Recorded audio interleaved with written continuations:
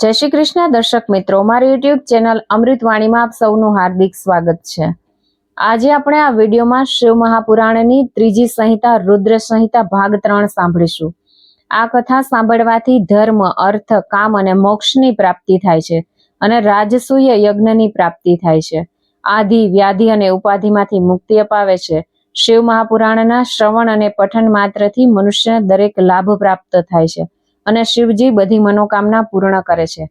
આજે આપણે ભાગ 3 માં કામકથા, પાર્વતીના તપનો પ્રભાવ, શિવ પાર્વતીના વિવાહ અને હિમાલયને ત્યાં જાનનું પ્રસ્થાન, આ બધી કથા સાંભળીશું। જો મારો વિડીયો પસંદ આવે તો ચેનલને સબસ્ક્રાઇબ કરો, જેથી નવા આવનારા વિડીયોના નોટિફિકેશન તમને મળતા રહે। કામકથા। બ્રહ્માજીના કહેવાથી ઇન્દ્રને પોતાના મનમાં એક ઉપાય જડ્યો। તેણે વિચાર્યું, શિવજી જો મોહવશ થઈ જાય તો લગ્ન માટે રાજી થઈ જાય અને પછી તેમને ત્યાં પુત્રનો જન્મ થાય। એ પુત્ર દ્વારા તારકાસુરનો વધ થાય અને ત્રણેય લોકમાં તેના ત્રાસમાંથી મુક્તિ થાય, એવો ઉપાય જડવાથી શિવજીને મોહ પમાડવા ઇન્દ્રએ કામદેવને બોલાવ્યો। કામદેવ આવ્યો એટલે ઇન્દ્રએ કામદેવને કહ્યું કે હે કામ, મારા તમામ મિત્રોમાં તું મારો સર્વશ્રેષ્ઠ મિત્રો છો, તેમજ દેવોના સંકટ સમયે તું જ અમને ઉપયોગી થઈ પડે છે અને એવું જ કામ પડવાથી મેં તને તેડાવ્યો છે, તો તું સાંભળ। તારક નામનો અસુર અમારો શત્રુ બન્યો છે, ત્રણેય લોકમાં ત્રાસ ફેલાવી રહ્યો છે। હવે આ તારકનો નાશ માત્ર બ્રહ્માજીના વરદાનથી શિવજીના પુત્રથી જ થાય તેમ છે, માટે તારે શિવજી વિવાહ કરે અને પછી તેમના થકી પુત્ર થાય તો જ દેવો અને ત્રણ લોક તેના ત્રાસમાંથી મુક્ત થાય। એટલા માટે તારે શિવજી હિમાલય પુત્રી પાર્વતી સાથે મોહવશ પ્રેમ ઉત્પન્ન થાય તેવું કામ કરવાનું છે। અત્યારે પાર્વતી શિવજીની સેવામાં છે, આ દેવોનું કામ કરી તું દેવોનો મદદ કરતા થા। ઇન્દ્રની આજ્ઞાથી કામદેવનું કાર્ય સિદ્ધ કરવા કૈલાસ ઉપર જ્યાં શિવજી તપ કરવા બેઠા હતા ત્યાં આવ્યો અને શિવજી કામવશ બને એટલા માટે તેણે પોતાની તમામ વિદ્યાઓ અજમાવી। પ્રથમ વસંતનો પ્રભાવ અજમાવ્યો। વૃક્ષો લીલા છમ થઈ ગયા, પવન શીતળતાથી વહેવા લાગ્યો, ફૂલો પોતાની મહેક પ્રસરાવવા લાગ્યો, પક્ષીઓ મધુર કલરવ કરવા લાગ્યા। બાદમાં કામદેવ શિવજીના મન હૃદય સુધી પહોંચવા પ્રયત્ન કરવા લાગ્યા, પરંતુ તેને કોઈ જગ્યા મળી નહીં। એ જ સમયે પાર્વતી પોતાની સખી સહેલીઓ સાથે શિવજીની સેવામાં આવ્યા। ત્યારે શિવજીએ આંખો ખોલી પાર્વતીજીની તરફ નજર કરી। આ તકનો કામદેવ લાભ લઈ હર્ષણ નામનું બાણ કામદેવે શિવ તરફ છોડ્યું। શિવજી પાર્વતીની સામે જોઈ પોતાની ગોદમાં બેસાડવાની તીવ્ર ઈચ્છા જાગી, પરંતુ તુરત જ તેઓ સભાન થઈ ગયા અને પોતાને આવેલી ઈચ્છાનો ત્યાગ કરી લીધો। તેમ છતાંય કામ પોતાના અસ્ત્રો શિવ તરફ ફેંકતો રહ્યો। તે સમયે શિવજીને લાગ્યું કે નક્કી કોઈ અઘટિત કાર્ય કરી રહ્યું છે। તેમણે નેત્રોને બંધ કરીને જોયું તો કામ દેખાયો અને શિવજી સમજી ગયા કે આ કરતૂત કામદેવના છે, એટલે અત્યંત ક્રોધિત થઈ શિવજીએ પોતાનું ત્રીજું નેત્ર ખોલ્યું। તેનાથી કામદેવ બળીને ભસ્મ થઈ ગયો।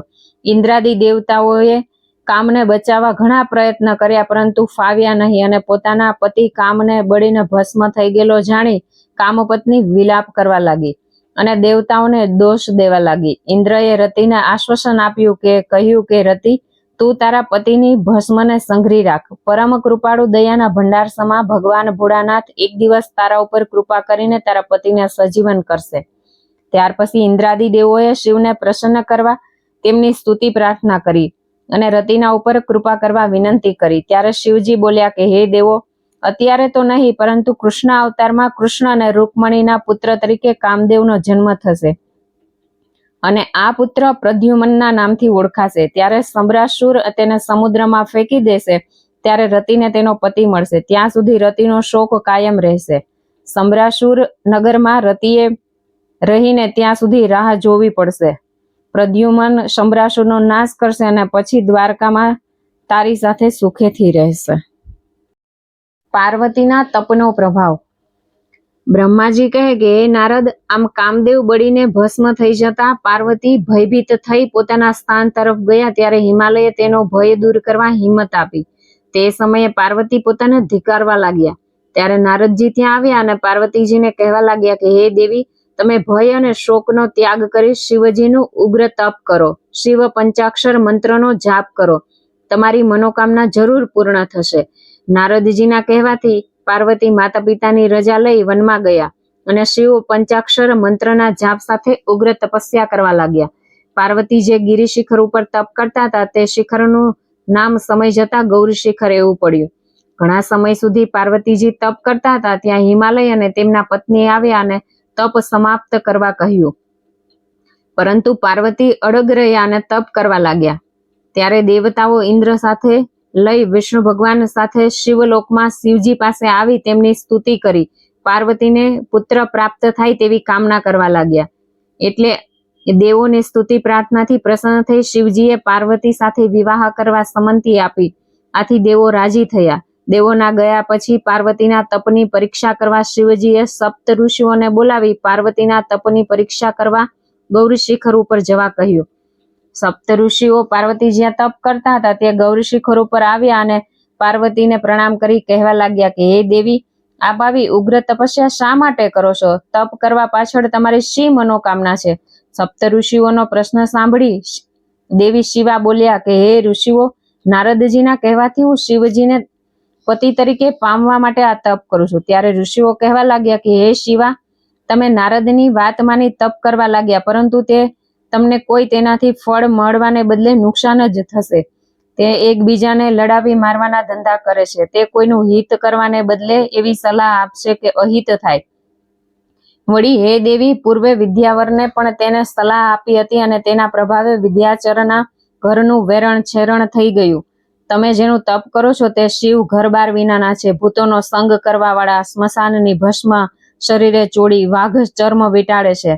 તેમના અંગ ઉપર બીજું વસ્ત્ર નથી હોતું. વળી નાગોને પોતાના શરીરો ઉપર વીંટાળી રાખે છે. આવા શિવે પૂર્વ સતીનો પણ ત્યાગ કર્યો હતો. માટે કરીને આવા ભૂત ભભૂત નાથને પામવાનું તપ છોડી તમારે નિવાસ સ્થાને જાઓ અને વિષ્ણુ જેવા કોઈ સ્વરૂપવાન સમર્થ ગુણનિધિ દેવ સાથે વિવાહ કરો. સપ્ત ઋષિઓનું કહેવું સાંભળી પાર્વતી બોલ્યા કે હે સપ્ત ઋષિઓ, તમે શિવ માટે જે પણ કંઈ કહો પણ મને ચલિત નહીં કરી શકે. નારદના વચનો મારા માટે હિતકાર છે, તેથી હું મારા તપમાં અડગ છું. એક બીજી વાત, જો કદાચિત શિવ મારી સાથે વિવાહ નહીં કરે તો હું આ જન્મ કુંવારી રહીશ, પણ બીજા કોઈ સાથે વિવાહ નહીં કરું, તે નક્કી જાણજો. સપ્ત ઋષિઓ સમજી ગયા. શિવજી પાસે આવી કહેવા લાગ્યા કે હે મહાદેવ, પાર્વતી પોતાના તપમાં અડગ છે અને તમને પામવાની હઠ પરિપૂર્ણ કરવા માટે તેઓ તપ ત્યાગવા નથી માંગતા. હવે શિવજીએ પોતે નક્કી કર્યું કે તે પાર્વતીની કસોટી કરશે. એમ વિચારી શિવજી પોતાના હાથમાં એક છત્રી અને દંડ લઈ બ્રહ્મચારી રૂપે પાર્વતી તપ કરી રહ્યા હતા ત્યાં આવ્યા. એ જોઈને પાર્વતીએ સ્વાગત કર્યું અને પેલા બ્રહ્મચારી રૂપે શિવે પાર્વતીને પૂછ્યું કે દેવી, તમે આવા સુમસામ સ્થળે કોનું તપ કરો છો? પાર્વતી બોલ્યા કે હે બ્રાહ્મણ, હું હિમાલય પુત્રી પાર્વતી છું અને શિવજીને મેળવવા માટે આ તપ કરું છું. પૂર્વે જન્મે હું દક્ષ પુત્રી સતી તરીકે હતી. ત્યારે પણ મારા પતિ શિવજી હતા. મારા પિતા દક્ષે મારા પતિની અવહેલના કરી, નિંદા કરી, તેથી મને ઘણું દુઃખ થયું અને મેં મારા યોગ બળે દેહ ત્યાગ કર્યો. આ જન્મે પણ શિવ મળ્યા, પરંતુ કામને બાળી મારે ત્યાગ કરીને ચાલ્યા ગયા. એટલે હું શિવને પુનઃ પ્રાપ્ત કરવા માટે આ તપ કરું છું. તેમ છતાં હજુ સુધી મારા ઉપર શિવજીએ કૃપા કરી નથી. તેથી હવે હું અગ્નિ પ્રવેશ કરી મારો દેહ ત્યાગ કરીશ. અને અગ્નિ પ્રજ્વલિત કર્યો, પણ શિવજીના પ્રભાવથી અગ્નિ સ્ત્રોત થઈ ગયો. ત્યારે બ્રાહ્મણ રૂપે રહેલા શિવજીએ પાર્વતીને કહ્યું કે દેવી, તમારા તપથી કે અગ્નિથી પ્રવેશથી મને પાર ઉતરી ગયા. તમારા શરીરને આંચ ન આવી. હવે તમે જેમને મેળવવા આવું તપ કરો છો તે શિવ ભસ્મધારી, વાઘ ચર્મ પહેરવા વાળા, તેમજ જટાજૂથ, બેઢંગા, ભૂત પ્રેતોનો સંગ કરવા વાળા, સ્મશાનમાં સુવા વાળા અને સ્મશાનની ભસ્મ અંગે ચોડવા વાળા એવા બિહામણા એવા શિવને તમારું આવું સુંદર અને શ્રેષ્ઠ રૂપ સોંપવા માંગો છો તો તેને યોગ્ય નથી. તદુપરાંત કામને ભસ્મ કરી તમારો ત્યાગ કરી ગયા. આવા વૈરાગીની સાથે વિવાહિત થવું યોગ્ય ના કહેવાય. માટે તમે તમારા મનને ત્યાંથી હટાવી શાંતિથી તમારા નિવાસ સ્થાને જાઓ અને જીવન જીવો. બ્રાહ્મણનું આવું કહેવું સાંભળી તેમજ શિવ નિંદા સાંભળી પાર્વતીજી ક્રોધે ભરાયા અને બોલ્યા કે હે બ્રાહ્મણ, તમે મને અવળા માર્ગે દોરો છો. જાઓ, હું તમને શાપ આપું તે પહેલા અહીંયાથી ચાલ્યા જાઓ. શિવ નિંદા કરનાર તરફ મને કોઈ આદર નથી. શિવજી તો નિર્ગુણ છે. તેમનું સ્મરણ ભજન કરવાથી સર્વે પાપોનો નાશ થઈ કલ્યાણ થાય છે. પેલા બ્રહ્મચારીને શિવ નિંદા કરતો અટકાવતા પાર્વતીએ પોતાની સખી વિજયાને કહ્યું કે આ બ્રહ્મચારી હવે શંકરની નિંદા કરે તો તારે ગમે તે રીતે તેને અટકાવી દેવો. એમ કહી વિજયાને કહે કે હવે આપણે આ સ્થળ છોડી દઈએ અને બીજે ક્યાંક ચાલ્યા જઈએ. એમ કહી પાર્વતીજી જ્યાં પગ ઉપાડે છે ત્યાં તો મહાદેવજી પોતાના સ્વરૂપમાં આવી ગયા. પાર્વતીજીનો હાથ ઝાલીને કહેવા લાગ્યા કે હે દેવી, હવે તમે મને છોડીને ક્યાં જશો? પાર્વતીજી મહાદેવને જોઈને અવાક થઈ ગયા. વળી શિવજી કહે કે દેવી, તમે તો યુગ યુગાંતરથી જન્મો જન્મ મારા પત્ની તરીકે અવતરો છો, એટલે મેં લોકલીલા વશ તમારી કેટલીય પરીક્ષા કરી, તે અપરાધ બદલ મને ક્ષમા કરો. શિવજીનું કહેવું સાંભળી પાર્વતીજી સંકોચ પામ્યા અને શિવજીને પ્રણામ કરી કહેવા લાગ્યા કે હે દેવ, આપ જો મારા ઉપર પ્રસન્ન હો તો મારો પત્ની તરીકે સ્વીકાર કરો. હવે હું મારા પિતા હિમાલયને ઘેર જઈશ. તમે ત્યાં આવો અને મારા પિતા પાસે મારા હાથની માંગણી કરો અને મારી સાથે વિધિપૂર્વક લગ્ન ગ્રંથિથી જોડાવ.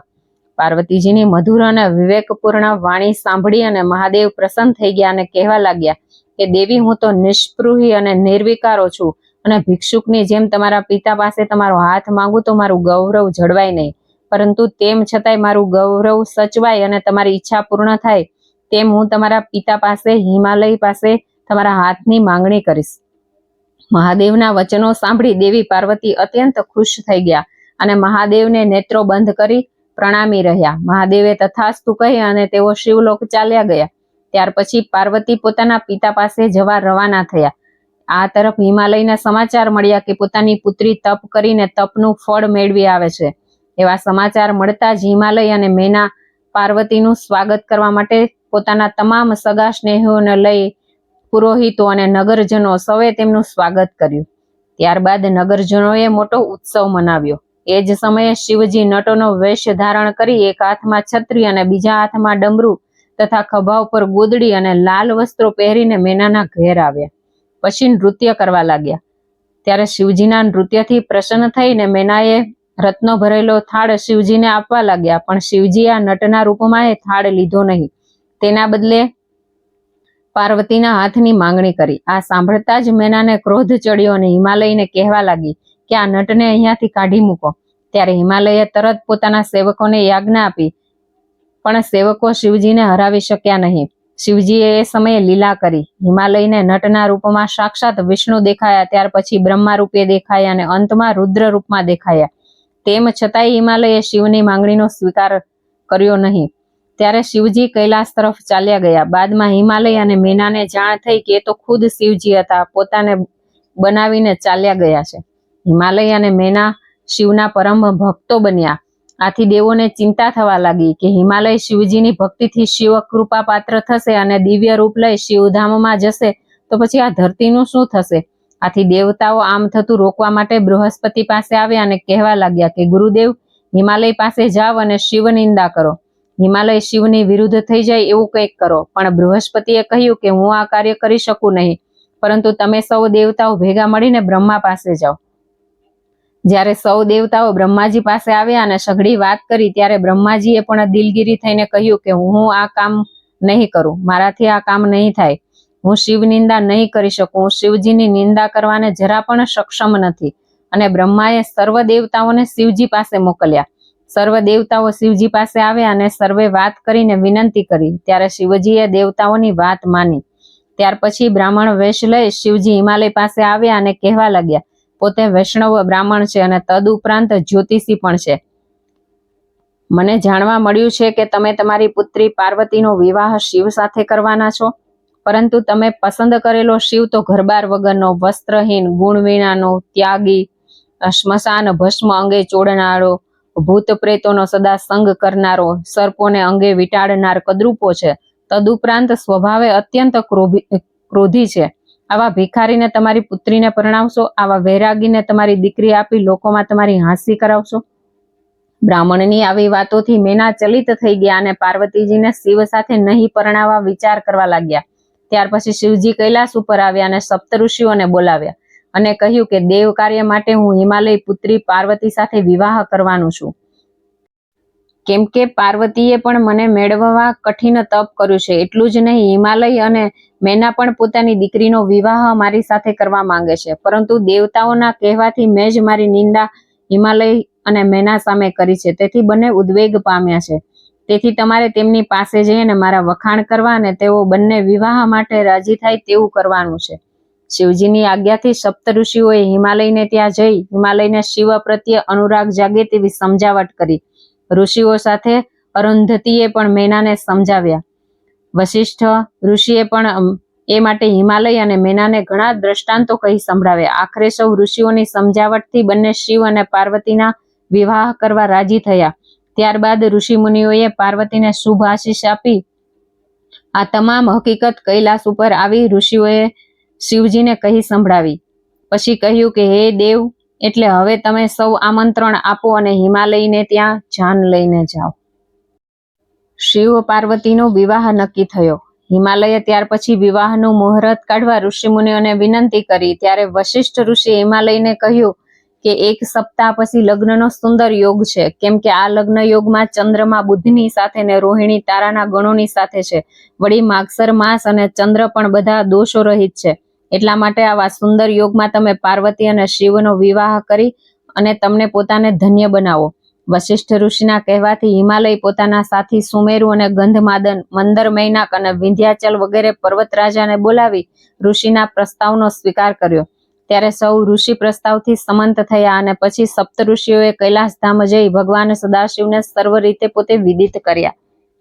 પછી શિવજીએ લગ્નની તૈયારી કરવા જણાવ્યું. આ બાજુ હિમાલયે વિદ્યાવાન બ્રાહ્મણોને બોલાવી લગ્ન પત્રિકા લખાવી અને રત્નાદિક ભેટો સાથે લગ્ન પત્રિકા કૈલાસધામ શિવજીને મોકલી અને પછી લગ્નની તૈયારી કરવા લાગ્યા. નગર શણગારવામાં આવ્યું. નગરજનોએ પોતાના ઘરોને રંગરોગાન કરાવ્યું. સુંદર મજાની ધજાઓ અને પતિકાઓના તોરણો બાંધ્યા. હિમાલયે વિશ્વકર્માજીને બોલાવ્યા અને લગ્ન મંડપનું સર્જન કરવા કહ્યું. સાથે સાથે આવનાર જાનના જાનૈયાઓને સુવિધાપૂર્ણ ઉતારા મળે તેવું સર્જન કરવા કહ્યું. નારદજીના કહેવાથી બ્રહ્માજી શિવ વિવાહનું વર્ણન કરતા કહેવા લાગ્યા કે હે નારદ, લગ્ન પત્રિકા શિવજીને મળી ત્યારે તમને શિવજીએ યાદ કર્યા. પછી સર્વેને દેવો, ગંધર્વો, કિન્નરો, અપ્સરાઓને લગ્નમાં આવવાનું આમંત્રણ આપ્યું. શિવ આજ્ઞાથી તમે સૌ આમંત્રણને સ્વીકાર્યું એટલે એ સમય તિથિ વારે સૌ આમંત્રિતો કૈલાસ ઉપર આવી પહોંચ્યા. ભગવાન ભોળાનાથે સૌને આવકાર આપ્યો. ત્યાર પછી શિવજીને વરરાજાના સાજ સજાવ્યા. હિમાલયને ત્યાં જાનનું પ્રસ્થાન. આમ સર્વે તૈયારીઓ થઈ ગયા બાદ જાને હિમાલયને ત્યાં જવા પ્રસ્થાન કર્યું. ભગવાન શિવજીની જાન વિચિત્રતાની સાથે વિલક્ષણ હતી, કેમ કે દેવો, કિન્નરો, ગંધર્વોની સાથે સાથે વિચિત્ર અને બિહામણા આકારોવાળા ભૂત, પ્રેતો, પિચાસો અને વેતાલો હતા. શિવજાન જ્યારે નગર સમીપ આવી ત્યારે શિવજીને જોવા માટે મેના આવી. ત્યારે હે નારદ, તમે તેને સાથે રહીને તેમને સહાય કરતા હતા. મેનાએ જ્યારે શિવજીને જોયા તો ગભરાયા, કેમ કે શિવે ભયંકર સર્પોને વીંટાળ્યા હતા. ભભૂત લગાવેલી 5 મસ્તક અને 10 હાથ હતા. કપાળમાં 3જું નેત્ર હતું. વ્યાઘ્ર ચર્મ વીંટાયેલું એવો વિકરાળ દેખાતા વરરાજાને જોઈ મેના બેસુધ થઈ ગયા હતા. જ્યારે ભાનમાં આવ્યા ત્યારે તેઓ પોતાના મહેલમાં આવી પાર્વતીજીને કોસવા લાગ્યા અને કહ્યું કે એ દીકરી, આવા કદરૂપા અને કુરૂપને મેળવવા માટે તે કઠોર તપ કર્યું હતું. નાના આવા વિકરાળ અને બિહામણા રૂપવાળા સાથે તારા વિવાહ નહીં કરું. શિવજીને પણ ખબર પડી કે મેના મારા વિચિત્ર દેખાવને લઈને બેસુધ થઈ ગયા છે. પણ આવો શિવ માન અપમાનથી પર પોતાને કોઈ આવકાર આપે તેવી અપેક્ષા વગર શિવજી લગ્ન મંડપમાં આવી પહોંચ્યા. આ બાજુ મેનાને સૌ સમજાવવા લાગ્યા કે મહાદેવ તો દેવોના દેવ છે ને પરમ હિતકારી છે. તમારી પુત્રીનો વિવાહ તેમની સાથે થશે તો પાર્વતીજી અતિ સુખી થશે. માટે તમારા ઉદ્વેગને શાંત કરો અને પ્રસન્ન ચિત્ત પાર્વતીના શિવના હાથમાં સોંપો. ભગવાન વિષ્ણુએ પણ મેનાને ખૂબ સમજાવ્યા. ત્યારે મેનાએ કહ્યું કે મહાદેવ, જો સુંદર સ્વરૂપે દેખાય તો મારી પુત્રી તેમની સાથે પરણાવું. વિષ્ણુએ મહાદેવજીને કહ્યું કે તમારું આ રૂપ થોડા સમય માટે ત્યાગો અને સ્વરૂપવાન બની જાઓ. વિષ્ણુનું કહેવું માની ભગવાન સદાશિવે અતિ દિવ્ય સુંદર રૂપ ધારણ કર્યું. મેનાએ રૂપ જોઈ અને ખૂબ જ રાજી થયા અને પાર્વતીના ભાગ્યની સરાહના કરવા લાગ્યા. પછી તો હિમાલયે ખૂબ જ વિવિધ પ્રકારના મેવા, મીઠાઈ, પકવાનો જાનને તૃપ્ત કરવા બનાવડાવ્યા. જાનૈયાઓને જમાડ્યા. ત્યાર પછી સૌ લગ્ન મંડપમાં પોતપોતાના આસને બિરાજમાન થયા. ત્યાર પછી ઋષિઓ અને બ્રાહ્મણોએ હિમાલયને સૂચના આપી કે હવે હસ્તમેળાપનો મંગળ યોગ છે. ત્યારે હિમાલયે પાર્વતીની સખીઓને કહ્યું કે તમે સૌ પાર્વતીને શણગારીને લગ્ન મંડપમાં લઈ આવો. આમ ભવાનીને શણગારીને સખીઓ લગ્ન મંડપમાં લાવી ત્યારે પાર્વતીજીને જોઈ સૌ દેવોએ પ્રણામ કર્યા. ઋષિઓએ બ્રાહ્મણોને વેદોક્ત મંત્રોચ્ચાર સાથે લગ્ન વિધિ શરૂ કર્યો. માંડવા પક્ષની સ્ત્રીઓએ મંગળ ગીતો ગાવાના શરૂ કર્યા. બ્રાહ્મણોની સૂચનાથી હિમાલયે પોતાના હાથમાં દર્ભ અને જળ લઈ કન્યાદાનનો સંકલ્પ કરી ભગવતી પાર્વતીનો હાથ શિવજીના હાથમાં સોંપીને કન્યાદાન કર્યું. ત્યારે આકાશમાં દુંદુભી અને શંખનાદ થયો અને દેવો અને અપ્સરાઓએ પુષ્પવૃષ્ટિ કરી શિવ પાર્વતીનો જય જયકાર કર્યો. હિમાલયે થોડાક દિવસ જાનને ત્યાં રોકી પછી વિદાય આપી.